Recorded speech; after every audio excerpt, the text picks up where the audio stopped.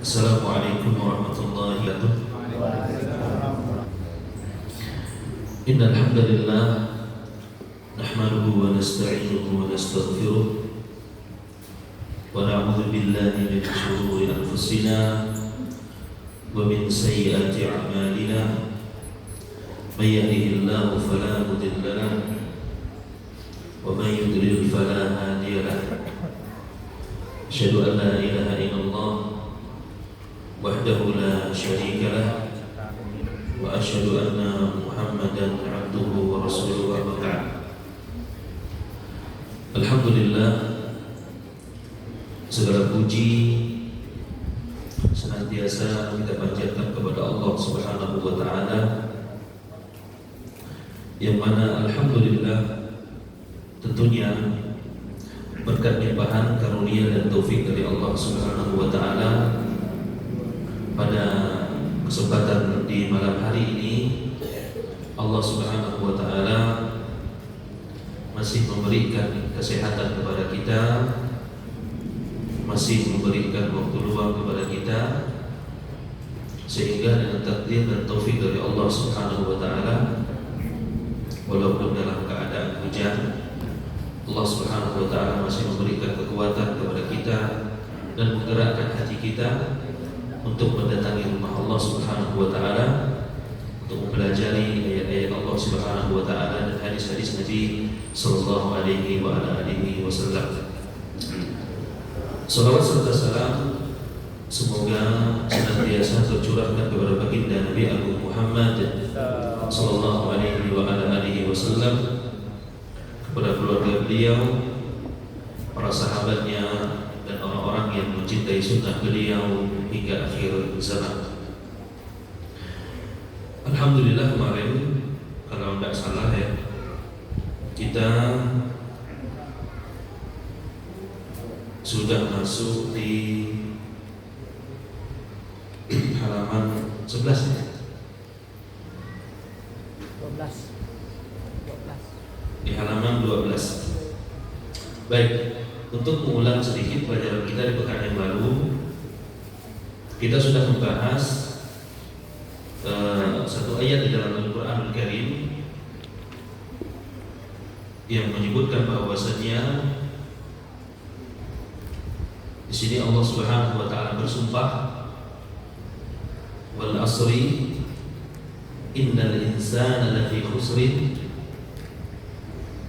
sesungguhnya manusia benar-benar dalam keadaan merugi. Kemarin sudah kita jelaskan, di sini ada dua lafaz penekanan yang Allah Subhanahu wa taala gunakan dalam ayat ini menunjukkan bahwasanya sesuatu yang sangat ditekankan oleh Allah Subhanahu wa taala. Artinya kalau kita terjemahkan di sini, sesungguhnya manusia benar-benar dalam keadaan merugi. Disebutkan di sini pengecualian, yang semua manusia dalam keadaan merugi, kecuali ada beberapa ini poinnya. Yang pertama disebutkan orang yang berilmu. Yang pertama orang yang berilmu. Apa dalilnya? Ini dalilnya, illal ladzina amanu. Illal ladzina amanu. Kalau terjemahannya apa? Kecuali orang-orang yang beriman. Orang yang beriman dalam ayat ini maksudnya apa? Ilmu. Kok bisa begini Pak? Kemarin pagi kalau tidak salah jawab, masih ada yang ingat kenapa ini dijadikan oleh para ulama sebagai dalil ilmu? Oh, orang yang berilmu itu adalah orang yang beruntung, berarti bukan termasuk orang-orang yang merugi. Ya, bukan termasuk orang-orang yang merugi. Apa bentuk pendalilannya? Masih ingat tak? Yang lain jangan Pak Agil lagi, Pak Agil kan ada ya? Pak Haji ingat kan? Yang mana ayo? Illal ladzina amanu, kecuali orang-orang yang beriman. Kenapa? Karena tidak mungkin seseorang itu beriman kecuali dengan apa? Ilmu. Tidak mungkin seorang beriman kecuali dengan apa? ilmu. Itu dalil yang pertama. Berarti orang yang beruntung, karena lawan daripada rugi adalah untung di sini. Berarti orang yang beruntung illal ladzina amanu. Pertama orang yang berilmu, beruntung dia. Ya. Yang kedua, wa amilus shalihat. Kalau ini jelas ya kalimatnya, mereka yang beramal saleh. Wa tawasau bil haq. Tawasau bil haq artinya apa ya? Tawasau artinya saling menasihati. Berarti apa ini? Berdakwah. Yang berdakwah. Kemudian berikutnya wa tawasau bis. Kemudian sabar. Berarti orang beruntung itu pertama dia harus berilmu. Kemudian setelah berilmu, mengamalkan ilmu. Karena ilmu kalau tidak diamalkan tidak ada manfaatnya di sisi Allah Subhanahu wa taala. Apalagi ilmu yang dipelajari bukan karena Allah Subhanahu wa taala. Nanti akan kita bacakan hadisnya. Ancaman ilmu ini kan sebenarnya kalau seseorang mempelajarinya dengan benar, niatnya benar, maka dia akan menjadi orang yang mulia di hadapan Allah Subhanahu wa taala. Tapi kalau dia tidak ikhlas, hilang keikhlasannya, orang ini bahkan termasuk orang yang pertama kali dilemparkan oleh Allah Subhanahu wa taala ke dalam api. Nanti kita akan bacakan hadisnya, Pak. Ya, ngeri sekali, Pak, kalau kita belajar ilmu agama hanya untuk berdebat. Kita mempelajari ilmu agama hanya untuk membodohkan orang-orang yang bodoh dan seterusnya, bukan karena Allah Subhanahu wa taala. Maka orang yang seperti ini akan hina di hadapan Allah Subhanahu wa taala. Memang ilmu amalannya mulia, tapi kalau kita dapatkan dengan cara yang tidak benar, tidak ikhlas tadi, maka ilmu itu akan jadi berkurang. Kalau begitu tidak belajar. Betul tidak? Betul tidak, Pak? Kalau begitu tidak usah berilmu saja. Betul? Salah juga. Kalau tidak berilmu, Anda akan dituntut di hadapan Allah Subhanahu wa taala. Kenapa tidak belajar? Kenapa tidak belajar? Berarti belajar itu adalah apa? Kewajiban kita sebagai seorang muslim, dan belajar ini ibadah. Ini perlu kita perhatikan. Belajar itu bentuk ibadah kita kepada Allah Subhanahu wa taala. Duduk dari jam 6, kita duduk di sini setelah sholat maghrib sampai datang waktu isya. Ingat, Pak, kita sekarang sedang beribadah kepada Allah Subhanahu wa taala. Mungkin kita kalau disuruh sholat 1 jam tidak mampu kita. Betul tidak, Pak? Berat kita. Iya tidak. Atau kita disuruh baca Quran tidak mampu. Ada cara yang lain, ibadah yang lain. Karena ibadah kan bentuknya banyak. Ya, bentuknya banyak. Sesuatu yang dicintai oleh Allah Subhanahu wa taala dan itu diperintahkan oleh Allah Subhanahu wa taala, itu berarti apa? Ibadah. Baik ibadah melalui lisan kita, ya kan? Kemudian ibadah melalui anggota badan kita, ibadah hati, di sana ada khauf, rasa takut, kemudian rasa berharap kepada Allah Subhanahu wa taala. Jadi artinya kita mengambil potensi yang ada di dalam diri kita. Kita kuatnya di mana? Ya, kita kuatnya di mana? Baik. Berarti illal ladzina amanu wa amilus shalihat wa tawassaw bil haqq wa tawassaw bis. Setelah beramal, kita diwajibkan untuk apa? Berdakwah. Berdakwah ini sesuai dengan kemampuan masing-masing. Tentunya berdakwah ini yang perlu kita ingat, ya, berdakwah dengan cara yang benar, berdakwah dengan cara yang hikmah. Hikmah maksudnya apa? Sesuai dengan jalan yang ditempuh oleh Rasulullah SAW dan para sahabat, tata cara dakwahnya. Makanya Allah Subhanahu wa taala sebutkan dalam Al-Qur'an apa?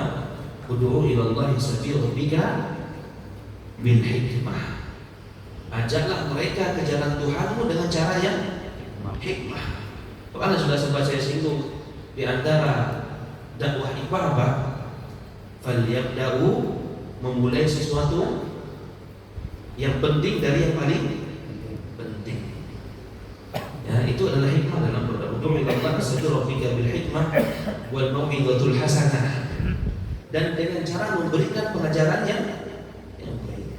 Wajadilhum billati hiya ahsan. Kalaupun seandainya diperlukan untuk berdebat, ya maka bantah mereka dengan cara yang baik.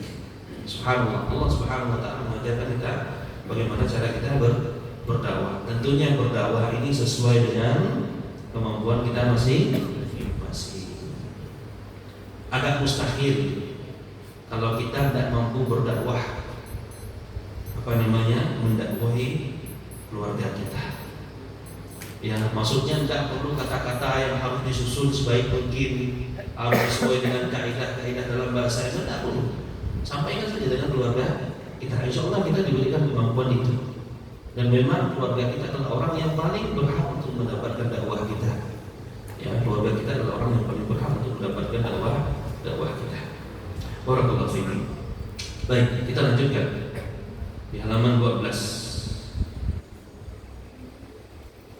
12 sudah belum ya? 13.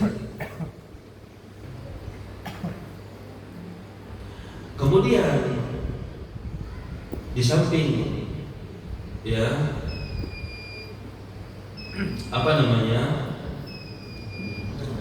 syarat dari diterimanya amal ibadah itu yang pertama ikhlas, yang kedua apa? Ittiba. Tapi di sini jelaskan yang kedua adalah al-ikhlas di halaman 13. Yang juga syarat diterimanya amal ibadah adalah ikhlas. Ya, halaman 13. Karena Allah Subhanahu wa taala berlepas diri dari yang namanya kesyirikan. Kalau ikhlas ini kan dia memurnikan amal ibadah kita kan. Jadi amal ibadah kita tidak tercampur dengan apapun gitu. Tidak tercampur dengan yang namanya riya. Tidak yang dicampur dengan namanya sum'ah. Sum'ah ini minta amalan itu diperdengarkan kepada orang lain. Kalau riya itu apa? Beramal agar apa? Agar dipuji oleh orang. Dan intinya amalnya itu bukan karena Allah Subhanahu wa taala. Yang juga syarat diterimanya amal ibadah adalah ikhlas. Karena Allah Subhanahu wa taala berlepas diri dari kesyirikan. Diperhatikan. Allah Subhanahu wa taala berlepas diri dari syirikan. Allah Subhanahu wa taala berfirman, "Wa may yuslim wajhahu ila Allah wa huwa muhsin, faqad istamsaka bil 'urwatil wuthqa wa ila Allah 'aqibatul umur." Surah Luqman ayat 22.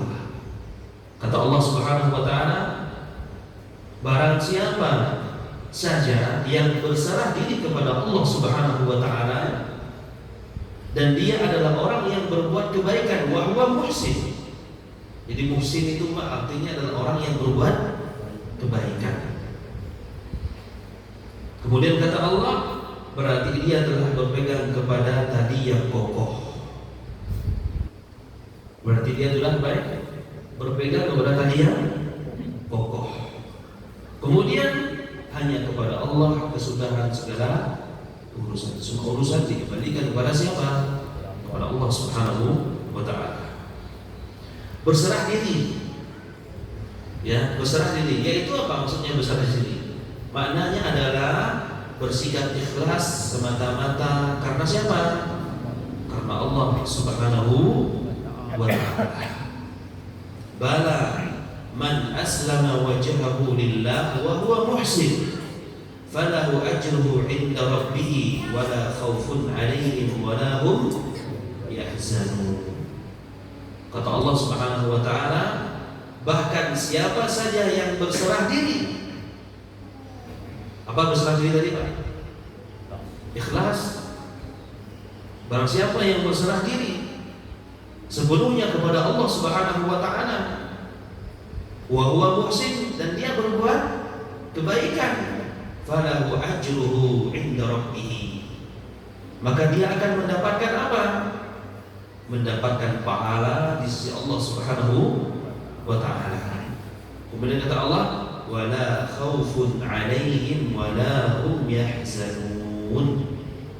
Kata Allah Subhanahu wa taala, tidak juga mereka bersedih dan tidak juga mereka rasa takut dan rasa sedih. Tidak ada rasa takut, wala khaufun 'alaihim, tidak ada rasa takut atas mereka, wala hum yahzanun, dan tidak ada rasa sedih. Dan disebutkan juga di dalam kitab As-Sahihaini. Jadi Sahihaini ini nama lain dari kitab apa Pak? Sahih Al-Bukhari dan Muslim. Ya, Sahihaini ini nama lain daripada apa? Sahih Bukhari dan Muslim. Dari hadis Amirul Mukminin. Siapa Amirul Mukminin? Umar bin Khattab radhiyallahu anhu, bahwasanya Nabi SAW bersabda, kata beliau, innamal a'malu binniyat. Kita lagi bicara tentang apa nih Pak? Ikhlas. Memurnikan seluruh amal. Termasuk di situ adalah kita mengikhlaskan belajar ini. Kita ini belajar ini bukan karena mencari masa. Kita belajar bukan karena ingin dipanggil orang pintar. Kita belajar bukan ingin dipanggil orang hebat, orang yang berilmu. Atau kita belajar ini dipanggil gurus, tuanya rajin dan seterusnya. Bukan itu. Ya, di antara niat belajar ikhlas apa Pak? Raf'ul jahl an nafsihi wa an ghairihi. Kata Syekh Muhammad bin Shalih Al-Utsaimin, kata beliau apa? Di antara niatnya ikhlas itu apa Pak? Raf'ul jahl, mengangkat kebodohan an nafsihi, yang ada pada diri kita, dan juga mengangkat kebodohan yang ada pada orang lain.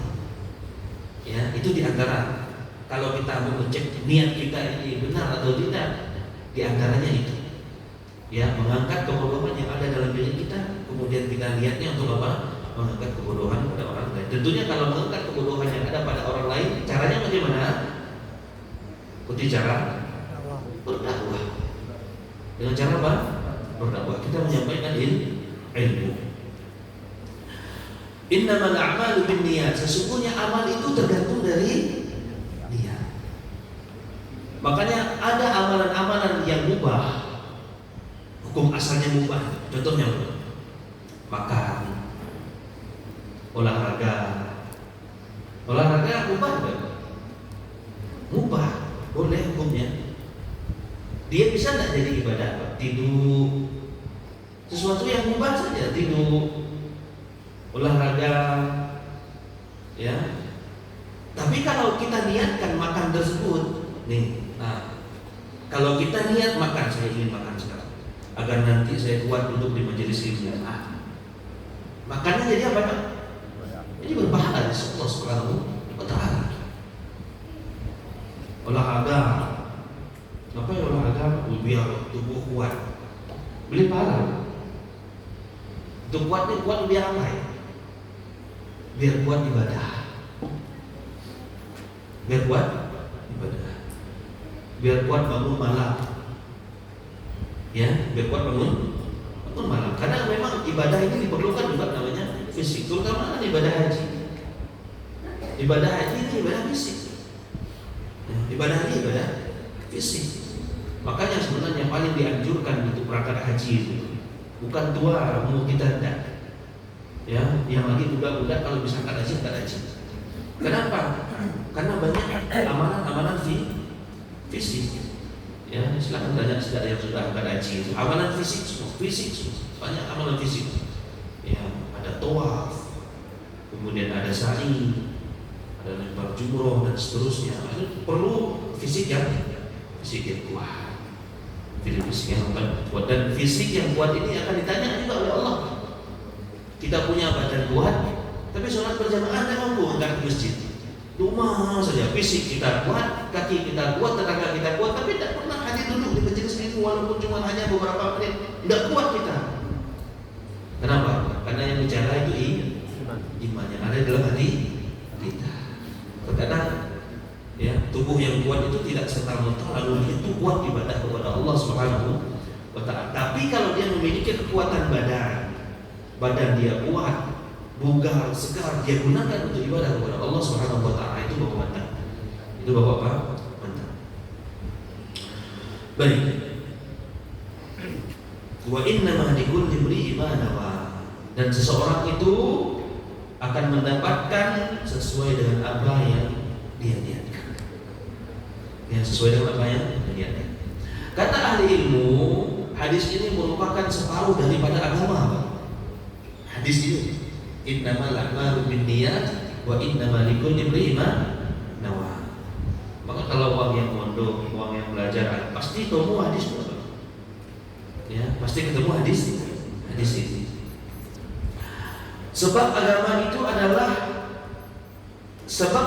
itu ada yang lahiriah dan ada yang batiniah. Ya, ada yang bentuknya lahir, ada yang bentuknya batin, yang di dalam hati. Adapun hadis ini atau hadis di atas menurut penjelasan hukum batiniah, jadi apa? Niat merupakan urusan. Jadi kalau niat ini kan urusan dalam hati kita. Maka kita tidak bisa ngorek niat tangan, dikorek-korek niat tangan. Tiap hari ke masjid ria nampak, tidak bisa. Dari mana kita tahu? Mohon sebuah ayat setiap pekan kajian ria, mesti nak diminta dipuji orang. Dari mana kita tahu? Tidak boleh bagi kita mau belah itu dada, cerahan kita mau kita pantauan niat terubah. Subhanallah. Ya, subhanallah. Makanya disebutkan oleh sebagian asatidz, kata mereka apa? Kalau kita mendapati satu hadis, ya, jangan kita tembak tangan dulu, tembak diri kita dulu hadisnya. Udah gitu, waktu temu dapat satu hadis nampak cocok tuh untuk kawanku, tidak usah tembak diri kita dulu, ukur dengan diri kita, ya. Jangan kita berusaha mencari-cari kesalahan orang lain.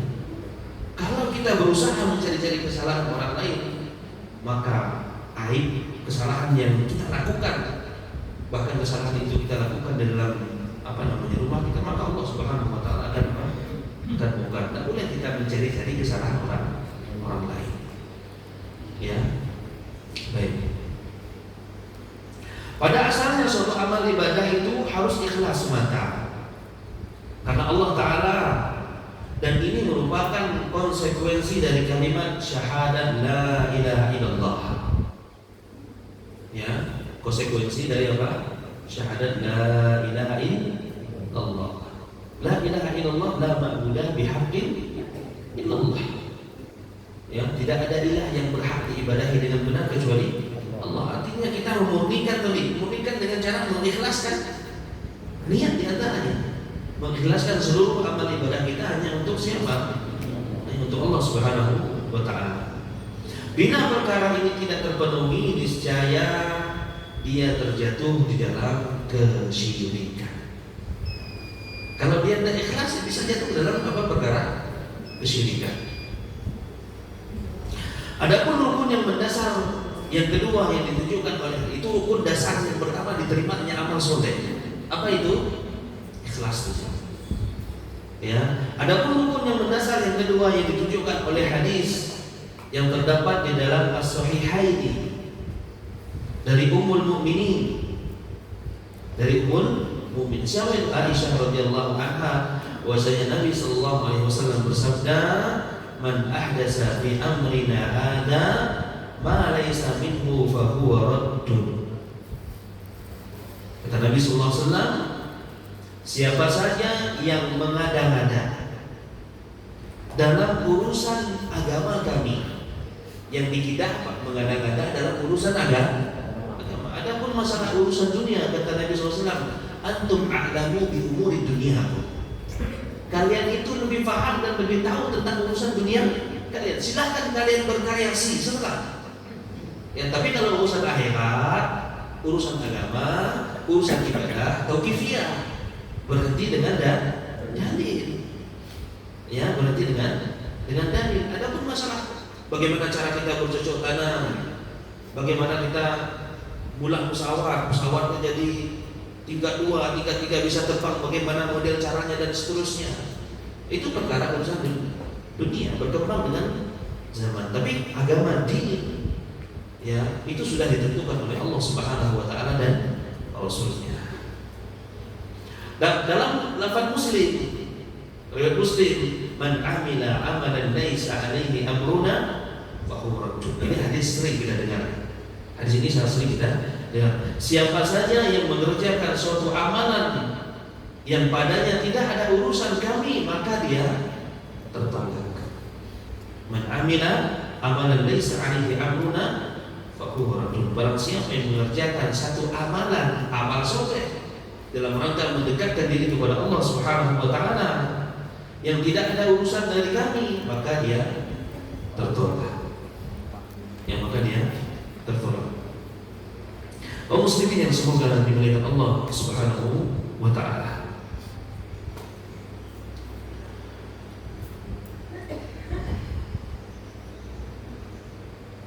Ketentuan di atas berkenaan dengan amal lahiriah. Kalau yang di atas itu hadisnya berkaitan dengan amal batiniah.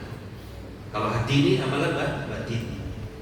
Ya, kalau hadis yang kedua ini berkaitan dengan amal yang nampak. Ya, amal yang zahir. Adapun hadis hanya saja amalan-amal ibadah itu berdasarkan niatnya berkenaan dengan amal batin kata beliau. Jadi apabila suatu amal ibadah menyalahi sikap ittiba apa? Meneladani Nabi, niscaya dia akan jatuh ke dalam perbuatan bid'ah. Bid'ah ini artinya amalan yang dikerjakan tanpa dalil. Ya, amalan yang dikerjakan tanpa dalil. Maka setiap muslim harus benar-benar meluruskan niatnya, memperjuangkan jiwa, karena niat ini hal yang paling berat. Ya, niat ini hal yang paling berat. Mengikhlaskan niat ini hal yang paling berat. Makanya guru kita Ustaz Mubarak Abu Alim, kalau untuk dengar ceramah beliau di YouTube, ya, seorang dai ataupun seorang belajar harus selalu membersihkan diri, kata beliau. Harus selalu memperhatikan yang namanya hati. Harus dilihat keikhlasan kita dalam belajar dan mengajar. Kata beliau, kalau orang yang tidak ikhlas, nih perhatikan, kalau orang tidak ikhlas, setengah muncul. Ya, dia akan lama kelamaan dia akan hilang, tidak eksis. Tidak apa? Tidak eksis. Kenapa? Tidak ikhlas. Contoh, ada orang yang belajar umpamanya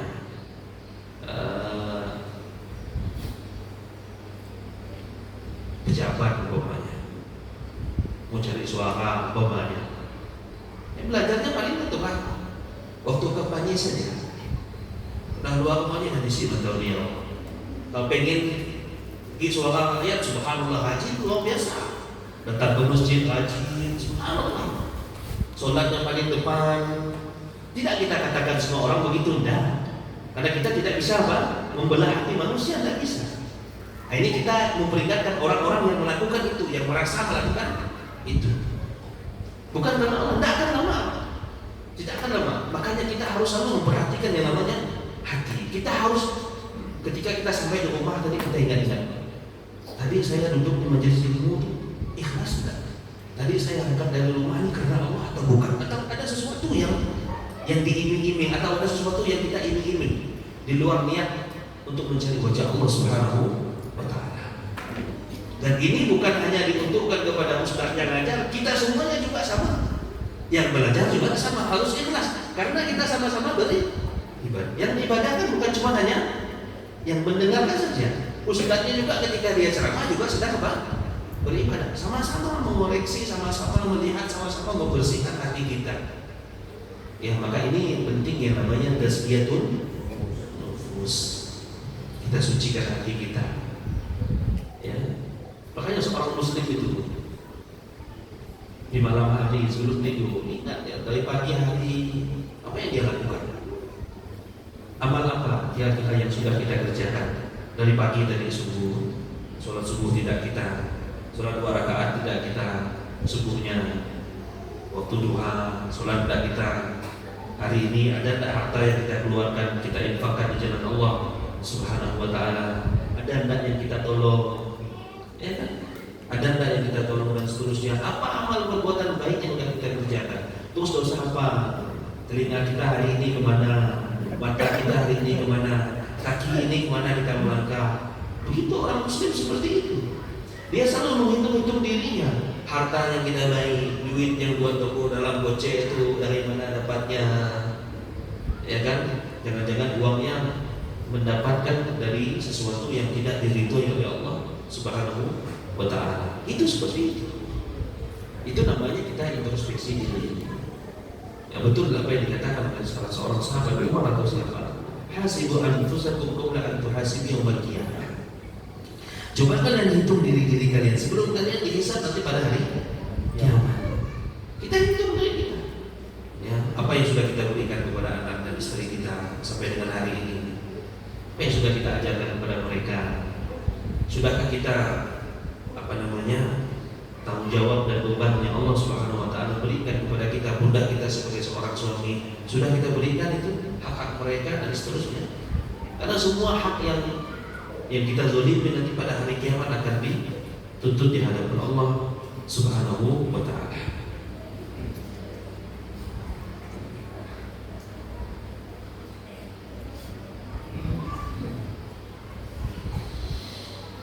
Baik, sikap ria itu dapat berubah menjadi syirik besar. Diperhatikan, ria ini kan asalnya syirik kecil. Ria ini asalnya syirik kecil. Dia bisa berubah menjadi syirik besar. Seperti rianya orang munafik. Seperti ria orang munafik. Bagaimana contoh ria orang munafik? Di zaman Nabi SAW, orang-orang munafik itu sholat nggak? Sholat.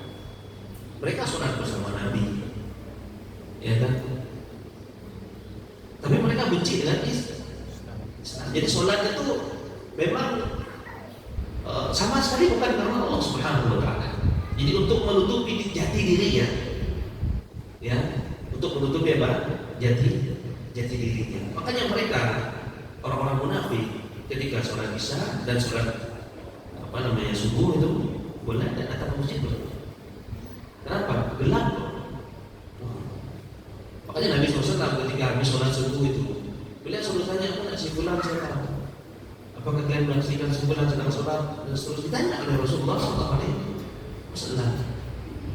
Ya, hadis yang sering kita dengar, afdalu sholat ala munafikin, sholatul isya atau sholatul isya. Sholat yang paling berat bagi orang-orang munafik, sholat isya dan sholat subuh secara berjamaah. Kalau kita merasa berat untuk bangun ketika itu, berarti ada kemungkinan mungkin ya ada sifat nifaq yang di dalam diri kita dan harus kita sucikan, kita bertobat kepada Allah Subhanahu wa taala. Seperti riaknya kaum munafik yang masuk Islam di masa Nabi. Ya, biar di pondok Islam sebenarnya mereka tidak sebenar-benarnya masuk ke dalam agama Islam. Dalam keadaan munafik, semisalnya Abdullah bin Ubay dan yang lainnya. Mereka itu adalah orang-orang musyrik yang melakukan syirik besar. Jadi menampakkan amalnya itu sama sekali bukan karena Allah Subhanahu wa taala. Kalau orang muslim ketika dia sholat, biasanya awalnya mungkin awalan dan pertengahan, terkadang muncul ria di tengah-tengahnya. Ya, ria itu kan kadang dari awal bisa muncul dia. Ada kadang di tengah-tengah bisa muncul, ya, penyakit ria tersebut. Sehingga seluruh amal ibadah mereka terhapus, ya, sama sekali tidak diterima oleh Allah Subhanahu wa taala. Tidak ada satupun amal ibadah mereka yang diterima. Bahkan mereka diancam oleh Allah Subhanahu wa taala menempati neraka yang paling bawah. Kata Allah, innal munafiqina fi darki asfali minan nar. Ya, kemudian walan tajida lahum nasira, kata Allah Subhanahu wa taala. Sesungguhnya orang-orang munafik fi darki asfali minan nar. Mereka di dasar neraka yang paling bawah, di kerak api neraka yang paling bawah. Ini nifaq akbar. Ini nifaq yang mengeluarkan pelakunya dari agama Islam. Ya, karena nifaq ini dibagi menjadi dua. Penyakit munafik ini dibagi menjadi dua. Pertama ada munafik amali, seperti hadis Nabi SAW, idza haddatsa kadiba. Kalau dia berbicara dia berdusta. Wa idza tumina khana. Kalau dia Diberi amanah dia berkhianat. Kemudian satu lagi apa? Wa idza wa'ada akhlafa. Kalau dia berjanji dia ingkar. Ini nifaq amal teman-teman. Nifaq amal. Dan ini tidak sampai mengeluarkan pelakunya dari agama Islam. Karena nifaq ini riaknya orang munafik keluar dari agama Islam. Amal mereka dihapus oleh Allah Subhanahu wa taala. Nah, sikap riya yang kedua ini berupa syirik asghar, yaitu syirik riya ringan yang terkadang juga muncul dari seorang mukmin. Nah, ini kadang-kadang seorang mukmin tapi tidak mengeluarkan pelakunya dari agama Islam, tidak. Ya, cuman sebagian amalnya terhapus. Contoh kita sholat, kita sekarang duduk di majelis ilmu bukan karena Allah, yang hari itu saja, yang hari ini saja yang dihapus, tidak dianggap oleh Allah Subhanahu wa taala. Adapun hari-hari yang sebelumnya atau hari yang akan datang kita ikhlas, maka mudah-mudahan diterima oleh Allah Subhanahu wa taala. Kalau riya yang munafik, yang hari ini, yang besok, dan semua amal tidak diterima oleh Allah Subhanahu wa taala. Jadi seorang mukmin kata beliau adalah yang masuk Islam secara sukarela, bukan bersifat munafik. Tidak boleh kita. Dari keikhlasan dan juga kejujuran. Terkadang kita dapat di sikap riya ini pada sejumlah amal ibadah, ya, seperti sholat, puasa, dan seterusnya. Baik. Ada keterangan ini. Ini hadis tentang ancaman, ya, seseorang yang beramal bukan karena Allah Subhanahu wa taala, dan amalnya bukan main, Pak. Amalnya bukan main. Amalnya ini apa? Syahid. Syahid kan tentu yang dipertaruhkan apa? Nyawa. Mati tidak masuk surga. Mati tidak masuk surga. Kenapa? Dia mati syahid bukan karena Allah, berperangnya bukan karena Allah. Padahal sudah nyawa itu taruhannya, Pak. Tapi kalau dia hilang keikhlasannya, tidak dianggap. Walaupun mati syahid, dan tidak dianggap mati syahid. Ya. Ada keterangan yang datang dari Sahih Muslim dari hadis sahabat Abu Hurairah. Bahwasanya Nabi sallallahu alaihi wasallam bersabda, Inna awwalan nas, sesungguhnya manusia yang pertama yukto yaumal qiyamah. Ini manusia yang pertama diadili pada hari kiamat. Rajulun istushhida, seorang yang mati syahid. Nah, ini di antara manusia yang pertama yang akan diadili di hadapan Allah Subhanahu wa taala. Amalannya besar, subhanallah.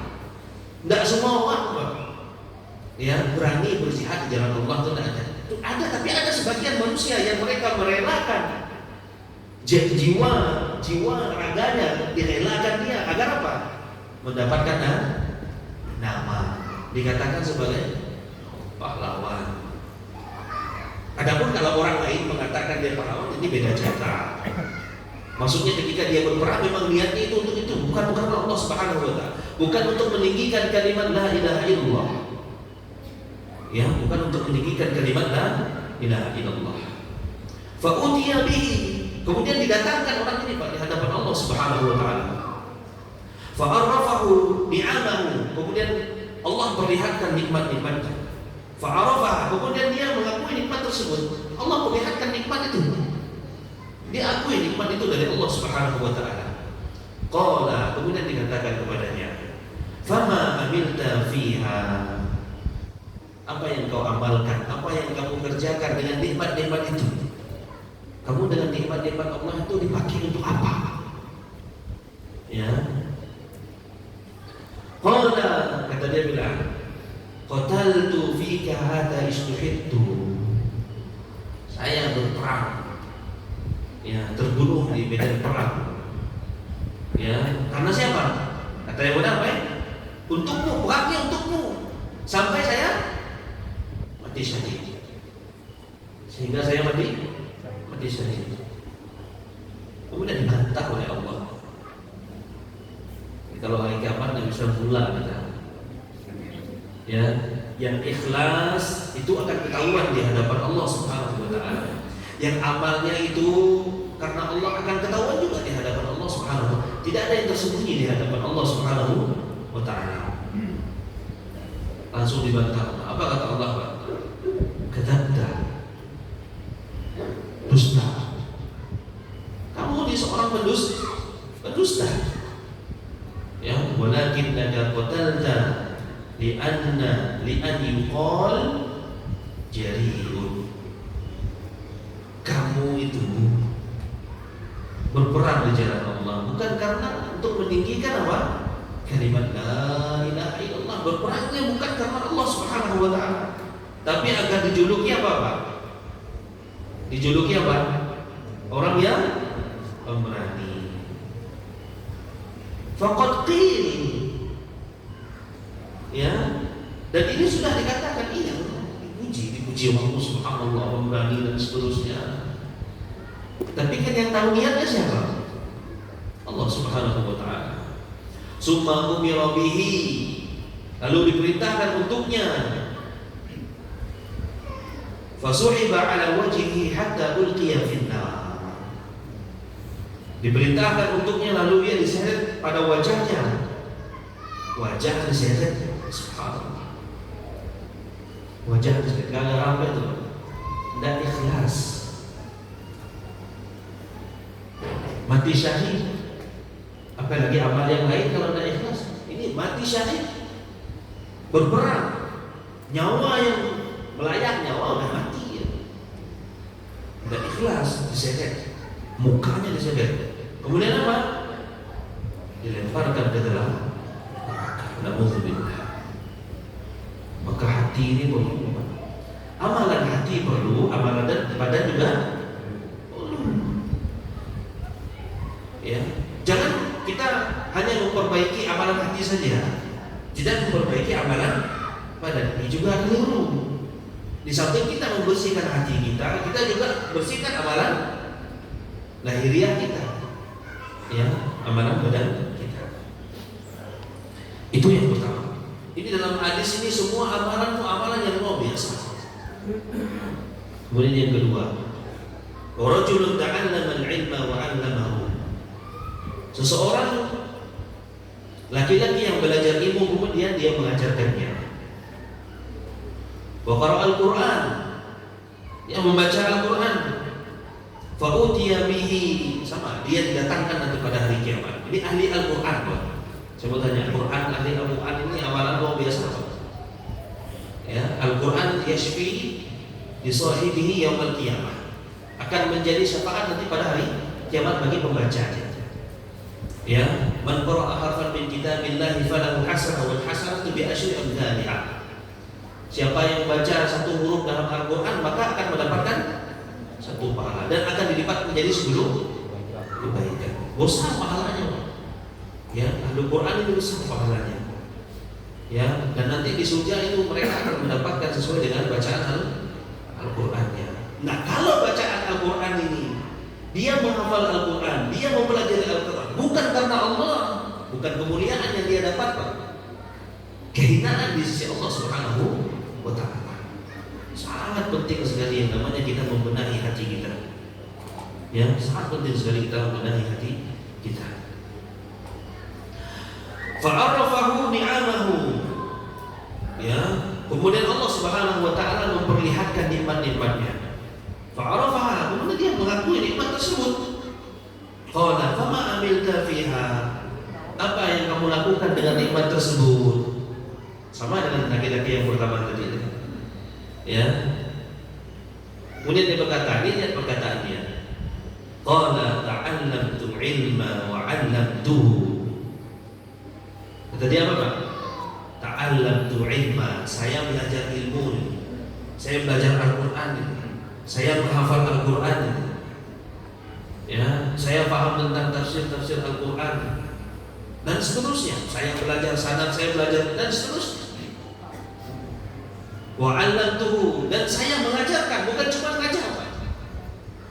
Karena khairukum man ta'allama Al-Quran wa 'allamahu.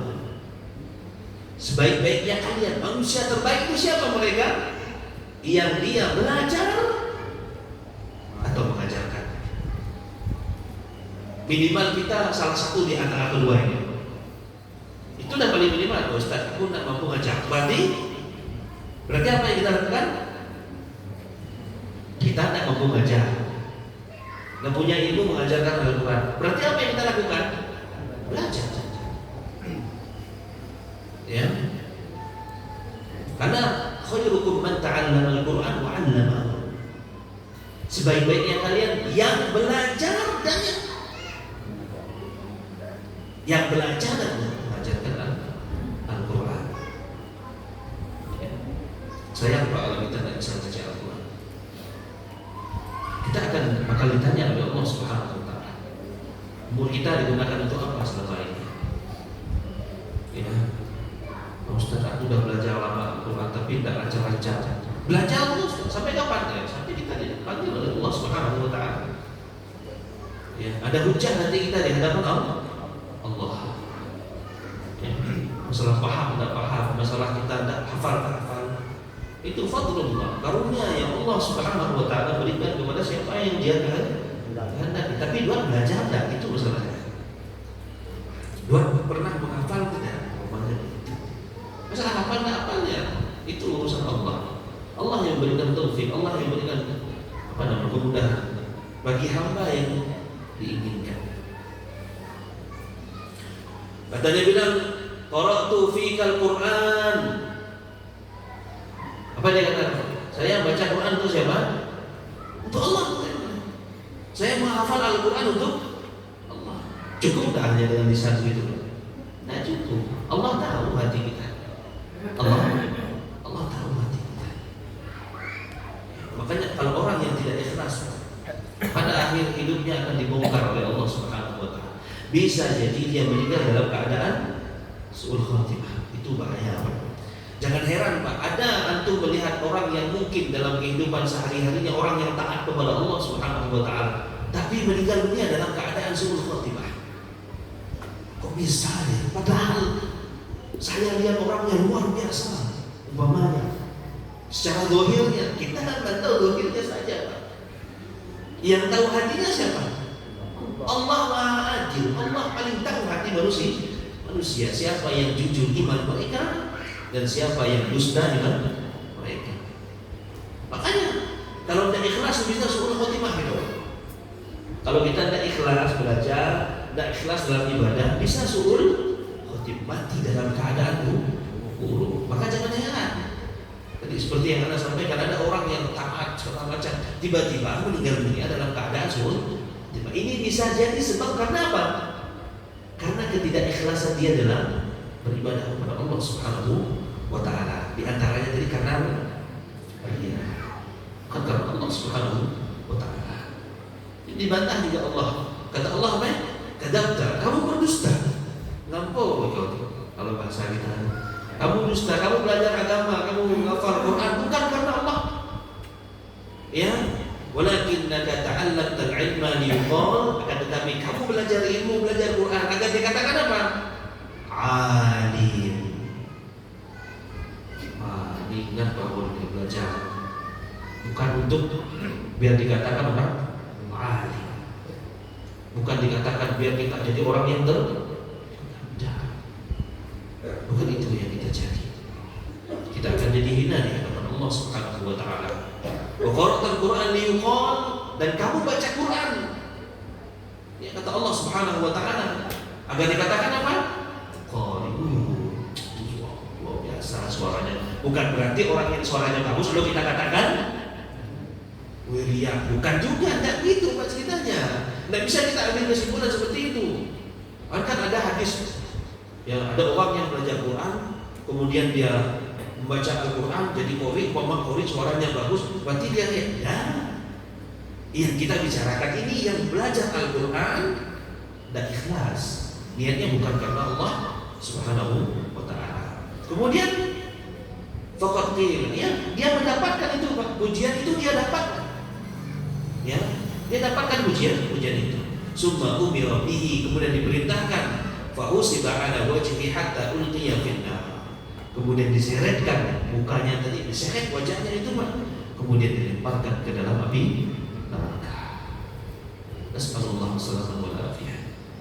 Kita mohon kepada Allah keselamatan ya, dari ketidakikhlasan di dalam beribadah, bermohon kepada Allah.